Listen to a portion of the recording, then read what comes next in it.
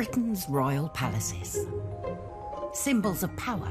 Royal palaces are the bricks and mortar embodiment of what it means to be royal. And prestige. To see it is to believe it. It's a veritable feast for the eyes. Packed to the rafters with incredible secrets. From royal courtships to royal births to royal marriages and scandals, the palaces have played host to all of that. In this series, we step beyond the Golden Gates. We all want to see inside the palace walls. You feel as if you were being let into a secret world. Learn how these stunning buildings were constructed. This is a mad, eclectic vision of one man. Windsor was built to do battle. It's best not to get locked in one. You don't know when somebody's going to come and let you out.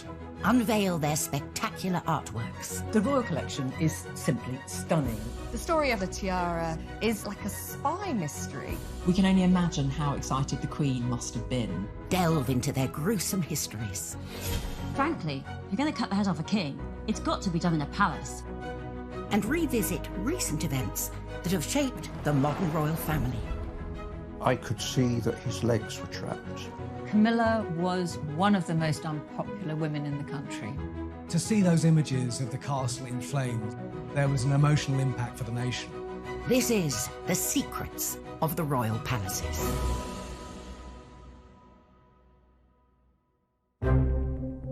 This time, we go behind the scenes with the builder who took on one of the most complex renovation jobs in the Windsor Castle restoration. We'd got 2 draftsmen drawing for the best part of a year before we even started to make anything. Get an inside look at the residents accommodating an ever-growing royal family, Kensington Palace. It was a very neat house once upon a time, but when monarchy got hold of it, they turned it into something of an architectural monster. Uncover the secrets sewn into the Queen's most iconic outfit. Hartnell actually added a wonderful secret detail, which is a little 4-leaf shamrock.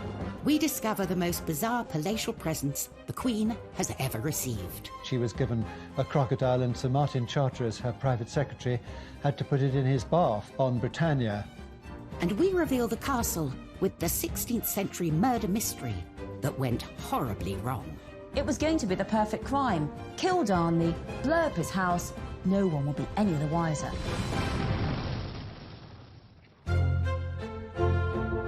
The royal palaces serve as a permanent reminder of the history and influence of the British monarchy through the ages.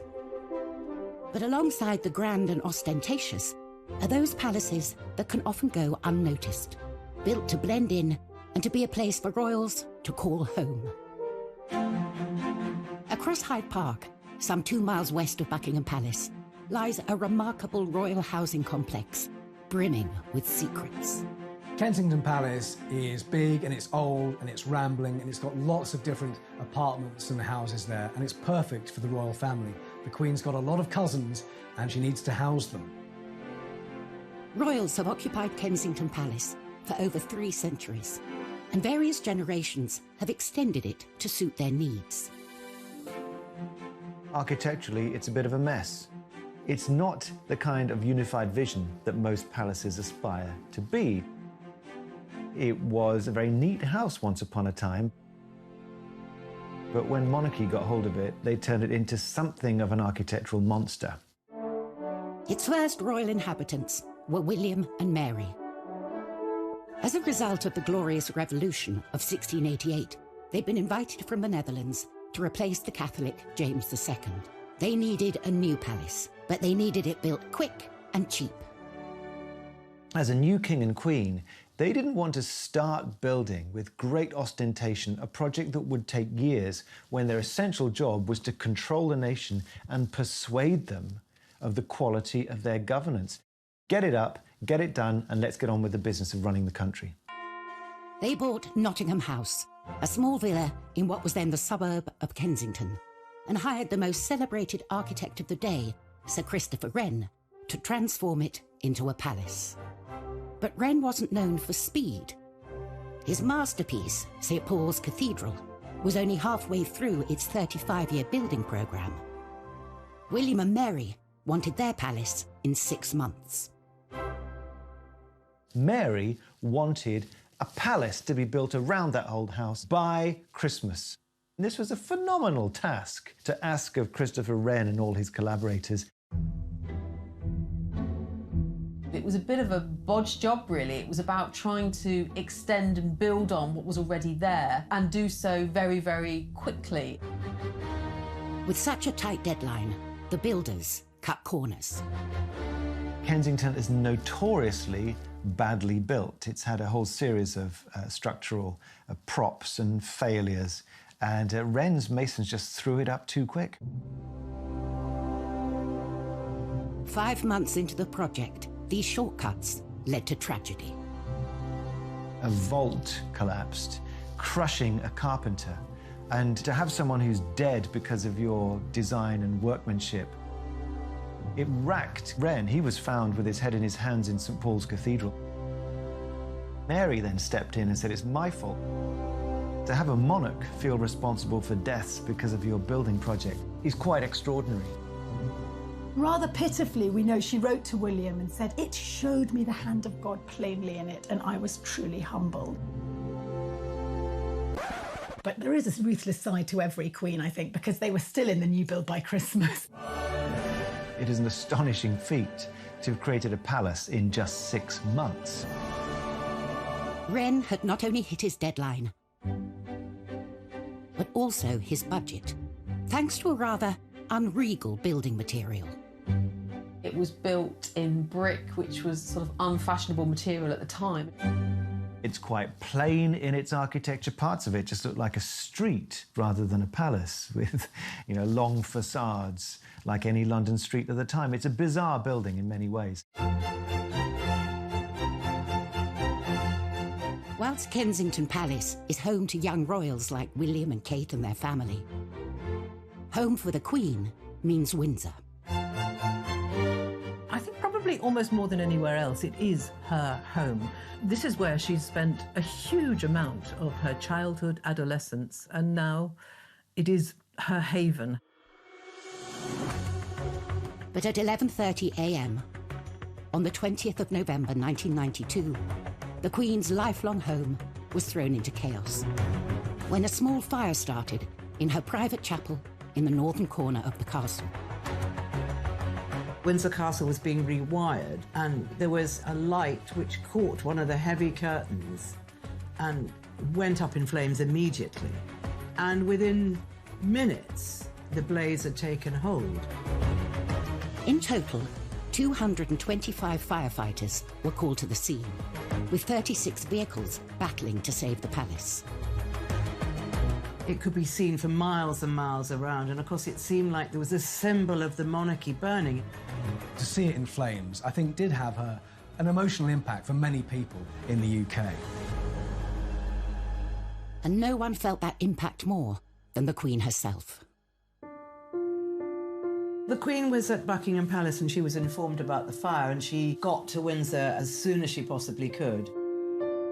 She arrived to find the palace she calls home burning out of control. It was clear to see that it was very distressing for her, watching the fire sweeping through and people desperately trying to tackle the blaze. As firefighters battled to bring the fire under control, the royal family leapt into action and helped organise a rescue mission to save the castle's many priceless treasures from the path of the raging flames. They formed a human chain, masterminded by Prince Andrew, who knew every inch of that castle. As a child, he'd explored it, and he knew where all the secret back passages and everything else were. The Queen was shocked, but she is pragmatic. She gets on with it, and she realised that she had to be part of the effort to save what they could. And they did. The royal family were part of the chain there to get stuff out. We can reveal that in the end, only 2 works of art were lost in the fire. The blaze took 15 hours to bring under control. What had started as a small electrical fire in the royal chapel had spread outwards into 2 of the palace towers and totally destroyed the iconic St. George's Hall. In total, 115 rooms had been completely destroyed. It was so dramatic and so terribly sad. And the next day, the Queen surveyed the ruins, and as she walked through the charred remains of some of her possessions, she seemed like a little old lady, you know, who had lost something so treasured to her. Despite the devastation, the plan to rebuild started straight away. There was a competition for the redesign, won by a firm of architects who worked with oak specialists, Venables Brothers. We'd got 2 draftsmen drawing for the best part of a year before we even started to make anything. Initial reports suggested repairs would cost up to £60 million, and it could take 10 years for the castle to dry out. Once you've got the job, you realise the size of the task that you've undertaken. And the question of exactly what form the reconstruction would take involved some controversial decisions. The Queen and the Duke of Edinburgh really were in charge of the restoration. They had a dilemma. Do they try and restore rooms back to exactly how they were? Could they even afford that? Or do they do something different? My blood pressure went up and I think I went grey in the process. Coming up on Secrets of the Royal Palaces, we reveal the secrets of the Tudor toilet. Going to the loo with Henry VIII was the top job in the Tudor court. And we go behind the scenes of the greatest historic building project ever attempted in 20th century Britain. The design that they came up with was absolutely stunning and probably the most complicated piece of oak joinery we've ever been involved in.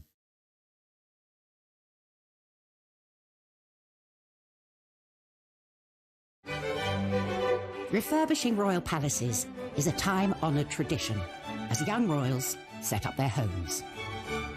The Duke and Duchess of Cambridge converted offices in Kensington Palace into their new apartment. Charles and Camilla spruced up Clarence House when they moved in. And Meghan and Harry reportedly spent £2.4 million overhauling Frogmore Cottage. But these renovations pale in comparison to the monumental task that faced the royals at Windsor Castle.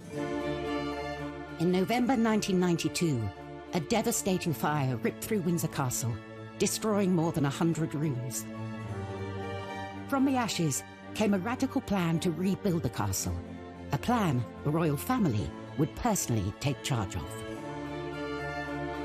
There was a restoration committee headed by Prince Philip, who was extremely good at organising all these things. Central to the renovation was a redesign of the room at the epicentre of the devastating fire, the Royal Chapel. It had been completely destroyed, but rather than rebuild it, they came up with a whole new concept, the octagonal lantern lobby. Chuck Venables and his brother were the oak specialists chosen to take on the job. The design that they came up with was absolutely stunning and probably the most complicated piece of oak joinery we've ever been involved in. The shaped ribs were so difficult to draw as they changed shape. We had to form them in plasticine. And there was no getting away from the palace residents. Prince Philip has always been very keen on design, and he's extremely artistic. I'm sure he had plenty to say. I remember the first time I met Prince Philip on site. It was very pleasing to talk to him and see that he understood what we were doing and wanted to make sure that it was put back properly. After 18 months of hard work on the lantern lobby, all that remained to be fitted was the pièce de résistance, the lantern itself. For Chuck, this was a heart-in-mouth moment. We'd never actually got the chance to check that the lantern or the lid would fit onto the roof, so we were all very, very nervous. To add to the pressure, the boss decided to check on their progress. The Queen opened a window and started to watch what was going on. So, of course, everybody was absolutely petrified. Finally, we got the message to say that it fitted. The room had completely transformed, but the royal family wanted to mark the site where the terrible fire had started. Prince Philip left his own mark on the new lobby. Some of the stained glass windows in the chapel were designed by Prince Philip, and they depict some of the happening of the fire into the new fabric of the castle. A permanent reminder of the fire, forever etched into the historic building. As well as the creation of the lantern lobby, all the staterooms have been carefully restored to their former glory. I think the restoration work at Windsor Castle has been done really well. The detail and the intricacy of the work is plain to see. Only 5 years to the day of the fire, the castle was reopened with a lavish ceremony. Reconstruction costs had come in at just over half the initial estimate. For recognition of their work, Chuck and his brother were invited to attend. The Queen walked straight up to my brother and started talking to us, and we were both completely lost for words. She did say how much she loved the restoration work. This wasn't just about restoring the Queen's home, it was about preserving the heritage of this country in many ways. When you look at the pictures of what it was like after the fire and how it looks now, I think the restoration there has been fantastic.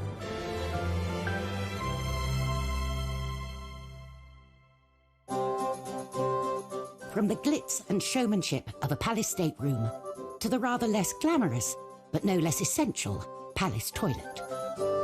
Every castle needs them, but in the past, royal toilets have held some extraordinary secrets. At Buckingham Palace, the Queen and her entourage have access to 78 modern bathrooms. In the time of Henry VIII, what you did in the privy said a lot about you. Henry VIII's court numbered around 1,000 people, from nobles to servants, and they created the most huge Tudor mountain of human waste you can imagine. And that's why so often Henry VIII was always moving palaces. He moved between Whitehall, Richmond, Hampton Court, Windsor Castle, so that one poor palace could have some time to be clean. And also in the summer, he went off to nobles' houses, so they had to sort out all his big, dirty, waste-creating court. And apparently, within a couple of days of the palace being filled by the courtiers, already the walls were black, it was sooty, it was grimy, and there was lots of unwashed bodies.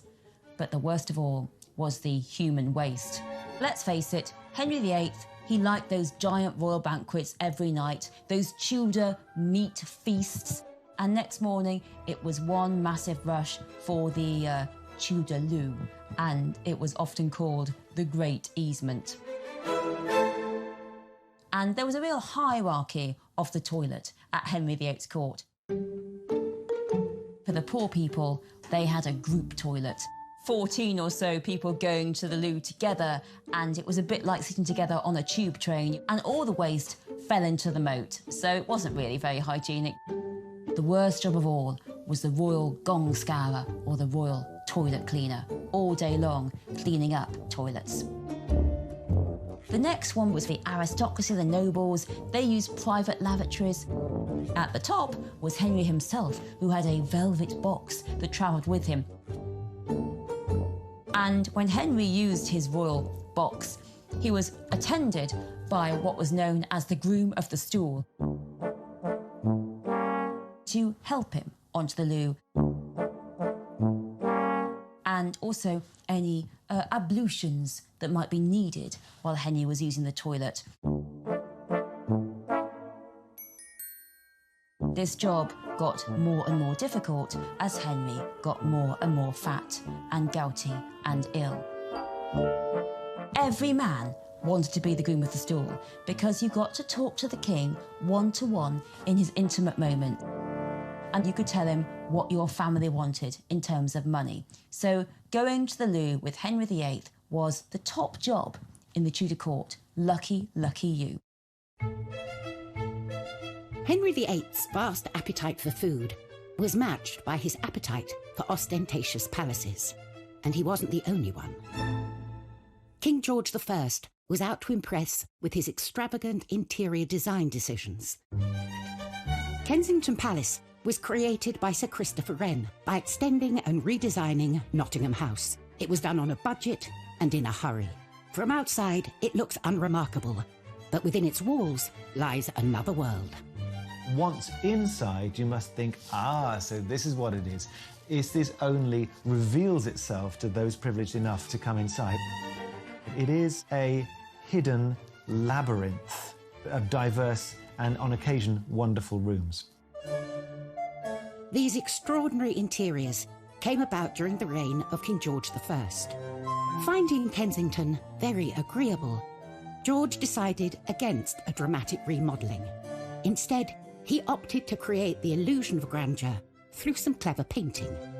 Controversially, he hired painter William Kent, who'd never worked on a royal palace before. I think the choice of William Kent is interesting. He undercuts the royal painter by several £100s, and he's an outsider. He's a sign painter from Yorkshire. George's gamble on Kent paid off. For the last 300 years, visitors to the palace have been immediately immersed in the colourful world of the Georgian court. Kent, by 1724, had turned Wren's boring old wooden panelled staircase into a trompe-l'oeil, a trick of the eye feat of mural painting, in which you have a great arcade with all of the characters of court in their extraordinary dress. There are over 40 from the court, and one of them is Kent himself. He shows himself with his mistress. The lively scene also includes some of the lowlier members of the court. Mehmet and Mustafa were Turkish prisoners of war who became trusted servants to George I. Mehmet was the only person who was to look after his piles, so that's a particular badge of honour. And you'll also spot Peter the Wild Boy, a child who was found wild foraging in the woods in George I's native Hanover. It's always been a bit of a game. Who were these players on the walls? And you can, of course, go and see them today and try and work it out for yourself. George now had rooms fit for a king, but Kensington Palace presented another problem. There was no room to accommodate his mistress, Melusine von der Schulenburg. She was a rather stick-like character and was known as the Maypole. The Maypole had to have new accommodation. So the masons arrived, the brickmakers, and up was thrown a new courtyard for her accommodation. With her self-contained apartment complete, the king would visit the Maypole, regular as clockwork, between 5 p.m. and 8 p.m. every day. In many ways, I suppose George I might be said to be a king who had his cake and wanted to eat it. So the layout, I guess, reflects this rather self-indulgent character of George. The creation of this courtyard is just another element thrown up in Kensington in a long series of revisions and afterthoughts and immediate needs. It was a labyrinth. Later generations have made good use of George's additions to Kensington Palace. In 1981, Charles and Diana moved into the same building that had been home to the Maypole. After Diana's death, the apartments were converted into office space and staff quarters, and haven't had a royal resident since. Coming up in Secrets of the Royal Palaces, we reveal the strange practices that went on in the Kensington Palace orangery.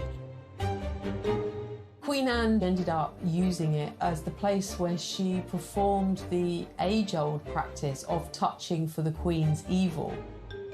And we reveal the mysteries behind the Holyrood Palace murder. It gets a bit Cluedo, really, because beside Darnley was a chair, a rope, a knife, and 2 dressing gowns. What was that for?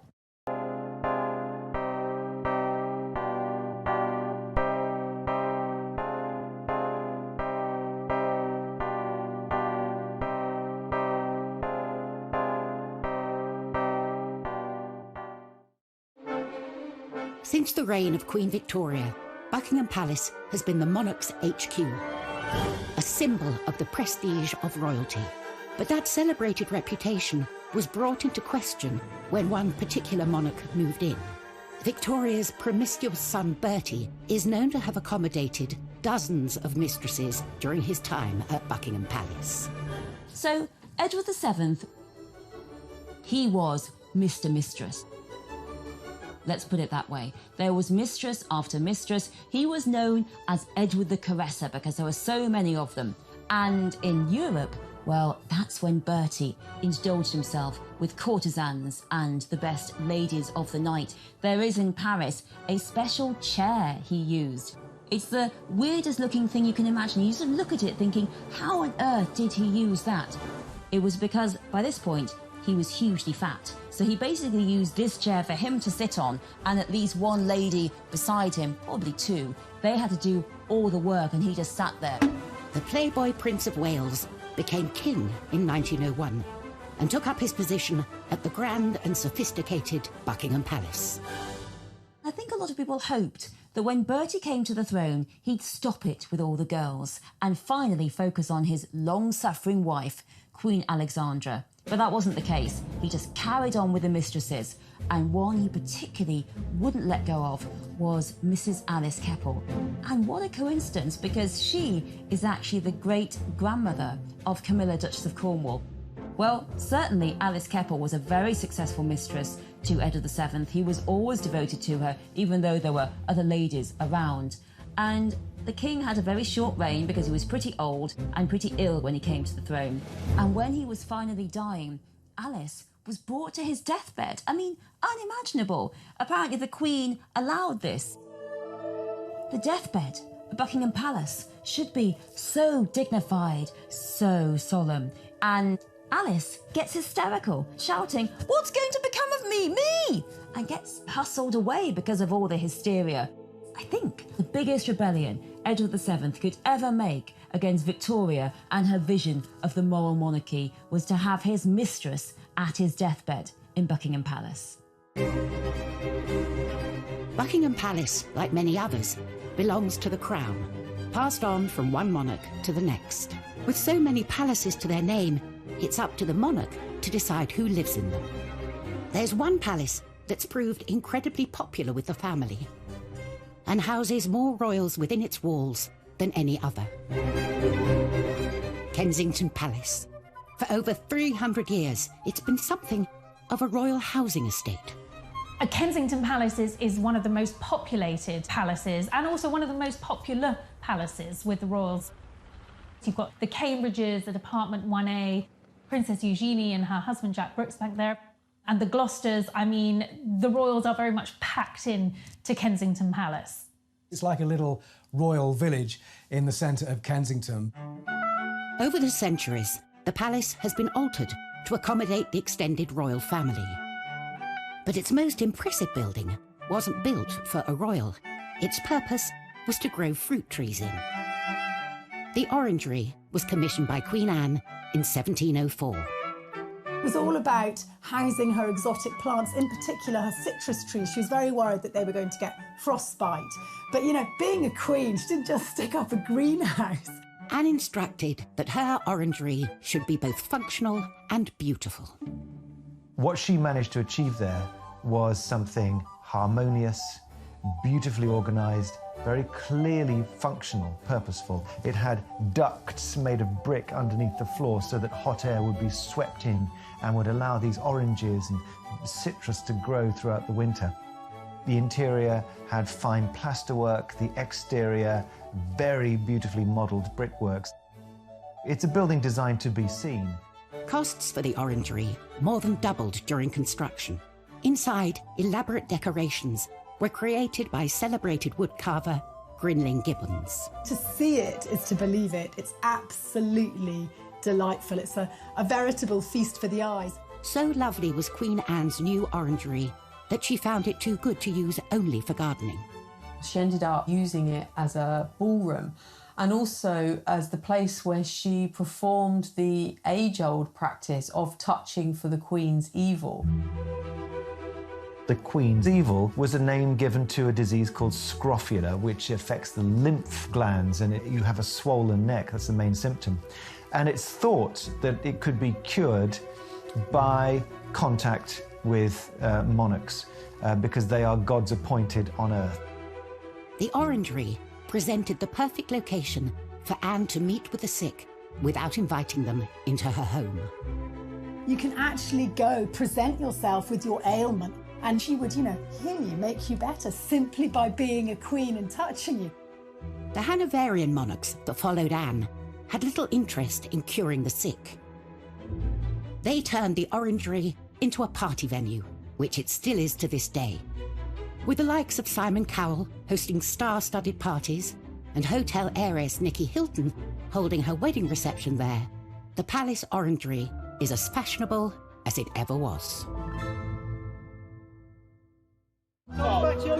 From parties to the young royals choosing to make Kensington their home, it's a palace that will be forever linked with the trendy and chic side of royal life.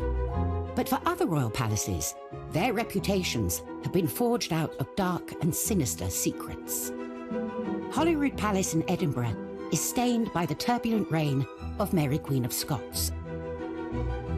1567, the 10th of February, there is the biggest murder mystery in Scottish royal history.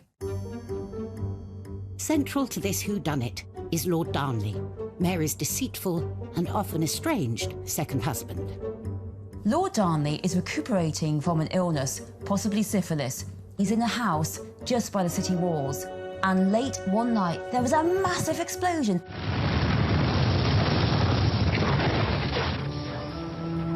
This huge explosion that rocked all Edinburgh woke Mary up in Holyrood House, and Darnley's house had been entirely blown up.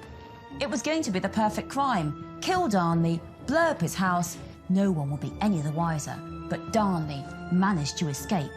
And there's an amazing map drawn by the spies at the time that show you exactly what happened. Darnley managed to get away to the nearby orchard, and there he is found dead with his servant. And now it gets a bit Cluedo, really. Because beside Darnley was a chair, a rope, a knife, and 2 dressing gowns. What was that for? Well, what we think happened is that Darnley heard the baddies coming to kill him, and he used the rope and the chair to get out of the window, took the dagger with him to stab, and the dressing gown because he was just wearing his nightshirt, as was his servant. So, you want to be a bit more dressed when you're fighting off some baddies. But the ruffians were too quick for him. They smothered him and his servant in the orchard, and then they all ran off. Mary Queen of Scots was herself suspected of the crime. Years later, the murder of Darnley was still being blamed on inhabitants of Holyrood House. During the Victorian period, the maids said to visitors that there was a Darnley bloodstain, and they used to charge visitors a couple of pennies to go and look at this Darnley bloodstain, but actually they'd put it on themselves. So if you ever go to Holyrood House and you're offered a chance to see the Darnley bloodstain, it's going to be made out of red food colouring. Tourists still flock to Holyrood today for a closer look at the palace's fascinating secrets. 400 miles south of Buckingham Palace, the grand staterooms entice visitors from around the world when they're open to the public every summer. A chance to witness firsthand the iconic riches housed within. Clothing is such an important part of the major events in our lives, and when it's done well, it communicates everything that is really important at that precise moment to the wearer and to the occasion.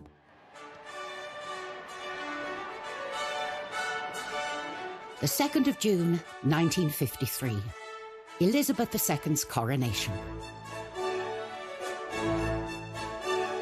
For the first time, the whole ceremony, as well as the famous appearance on the Buckingham Palace balcony, would be televised. With the eyes of the world on her, it was essential she had the right dress. A dress so special, it would have secrets sewn into its very fabric. The Queen's coronation dress is just stunning. There's no other way to describe it. It was made by the leading British couturist at the time, Norman Hartnell.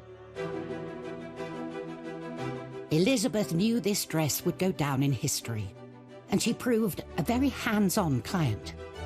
The 4 national emblems of England, Scotland, Ireland and Wales were already going to be included. The Queen came up with a rather wonderful suggestion to also include emblems for each of the dominions over which she was becoming Queen. You can make out the maple leaf of Canada, the wattle of Australia. You can see the lotus flower of India, and then the wheat sheaves of Pakistan. The whole dress becomes a true symbol of the reach of Queen Elizabeth II. Hartnell loved the young Queen's ideas, but they didn't see eye to eye on everything. Originally, Hartnell represented Wales with the emblem of the daffodil, and he was slightly put out when he was asked to replace it with the rather less glamorous but more official Welsh symbol of the leek. Despite the Queen's attention to detail, there was one secret that Hartnell managed to sneak past her. Unknown to the Queen, Hartnell actually added a wonderful secret detail, which was a little 4-leaf shamrock which he placed on her left skirt, just underneath where her hand would be resting in the ceremony. A secret message from the designer to the Queen on the dress that would be immortalised as part of the coronation ceremony. And the day would be complete when Elizabeth II stepped out onto the famous Buckingham Palace balcony to wave to a mall packed with her subjects. The glitter, the glamour, just the pure historicity of it all must have been magnificent. The dress is now part of the royal collection displayed at Buckingham Palace, a palace so integral to its story. Coming up on Secrets of the Royal Palaces, step inside the top-secret dressing rooms of Elizabeth I. These were her secret spaces where the makeup went on and no man could go. And we unearth some of the most unusual gifts housed within the palaces. The gift was a massive 6-foot-long grasshopper made by the French surrealist artist François-Xavier Lalanne.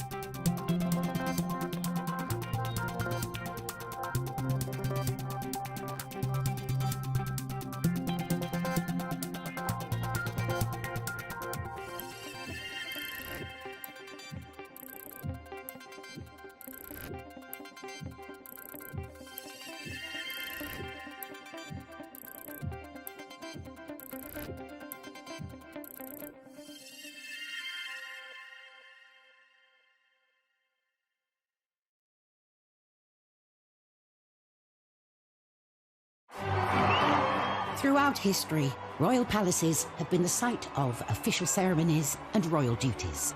But when the crowds depart and the cameras turn off, it's a different story. They become spaces where the monarch can put their feet up and truly be themselves. Space one particular queen would have been very grateful for. Elizabeth I, she's one of our most recognisable English monarchs. Bright red hair, this white skin, extravagantly dressed, all the jewels. But she wasn't vain. The Queen did all this excessive amount because she had to. Her image was so vital to her. She knew that people had to see the Queen as majestic, as perfect, as healthy. Because if the Queen wasn't beautiful and healthy, it was thought that the kingdom wouldn't be beautiful and healthy. Protecting and preserving the regal image of the Queen became a top-secret operation. Her palaces on the Thames, Windsor, Hampton Court, Richmond, Whitehall, whichever palace the Queen was holding court at, she had a suite of rooms called the Privy Lodgings, each more secluded from the court than the last. These were her secret spaces where the dress, where the makeup went on, and no man could go. Only her private ladies went with her and they helped her with her makeup. And the secret of what lay behind Elizabeth I's incredible image was one not to be revealed. Elizabeth's makeup was incredibly toxic. You know, it would be completely illegal today. What she used to use to whiten the skin as a kind of face mask came from what's known as Venetian ceruse, made of lead and vinegar. And on top of this, she wore a rouge, which was lead carbonate and lead hydroxide. And then she had these lipsticks made from ground alabaster. So she was ingesting all this toxic material through the skin. And we know now that these caused all kinds of side effects, digestive effects, insomnia, headaches and respiratory problems. She died aged 69, and I do wonder whether some of it hastened her death and made it more painful.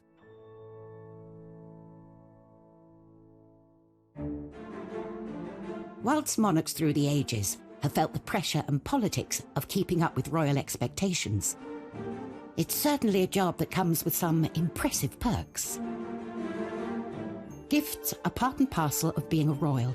Cellars and storerooms at Buckingham Palace and Windsor are full of trinkets and oddities given to the Queen and her family over the years. One of the times when gifts are exchanged are during a state visit. When you think that she's been on the throne for over 70 years, and each year there's been at least 2 state visits, you can imagine the amount of things that she's collected.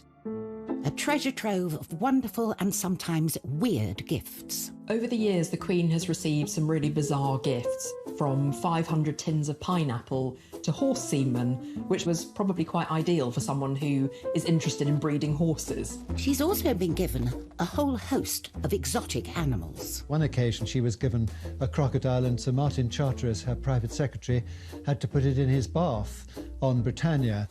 In 1972, the President of Cameroon even sent the Queen an elephant called Jumbo, which was put on a plane and flown over to Britain. One thing you don't want to do is give her something she's already got. One man didn't have to worry about that. The President of France, Georges Pompidou, hosted the Queen and Prince Philip in a state visit in 1972. Pompidou was spearheading a project to open a new museum of modern art, so naturally he wanted to give Prince Philip a suitably modern gift. And what says modern more than a gigantic insect? Behold, the grasshopper. Made by the French surrealist artist François-Xavier Lalanne, it's made of brass and iron and porcelain. Only 2 of them were ever created, and the other version was sold at auction in 2018 for $1.6 million. It's not only a work of art. This bizarre animal has a practical purpose. It is indeed a fully functioning air-conditioned bar, and the insect's wings actually open out to become a drinks table. It's an incredibly fun period piece from the 70s, when having your own portable bar would have been the absolute height of cool. Today, the grasshopper is still standing guard at the entrance to the royal private apartments at Windsor Castle. Prince Philip was absolutely thrilled with it, and he wanted to put it in the drawing room, and he asked the superintendent whether he thought that was a good idea. And I remember the superintendent telling me, he said, well, sir, perhaps by the swimming pool, might that not be more appropriate? The bold gift idea was clearly a huge hit. Anyone for a grasshopper cocktail?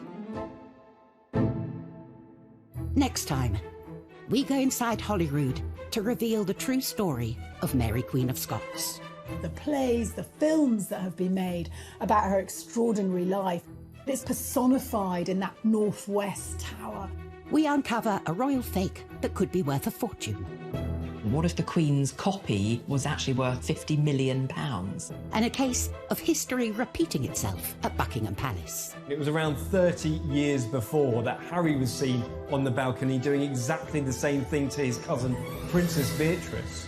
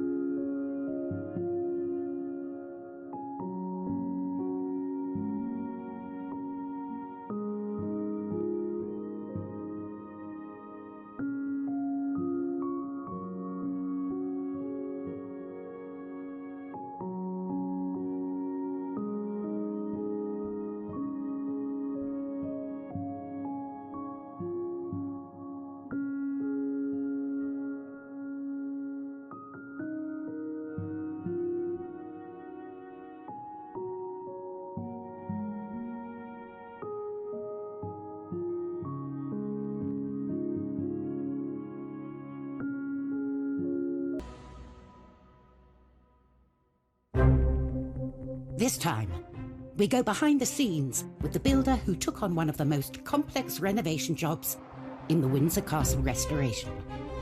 We'd got 2 draftsmen drawing for the best part of a year before we even started to make anything. Get an inside look at the residents accommodating an ever-growing royal family, Kensington Palace. It was a very neat house once upon a time, but when monarchy got hold of it, they turned it into something of an architectural monster. Uncover the secrets sewn into the Queen's most iconic outfit. Hartnell actually added a wonderful secret detail, which was a little 4-leaf shamrock. We discover the most bizarre palatial presents the Queen has ever received. She was given a crocodile, and Sir Martin Charteris, her private secretary, had to put it in his bath on Britannia. And we reveal the castle with the 16th century murder mystery that went horribly wrong. It was going to be the perfect crime. Kill Darnley, blow up his house, no one will be any the wiser.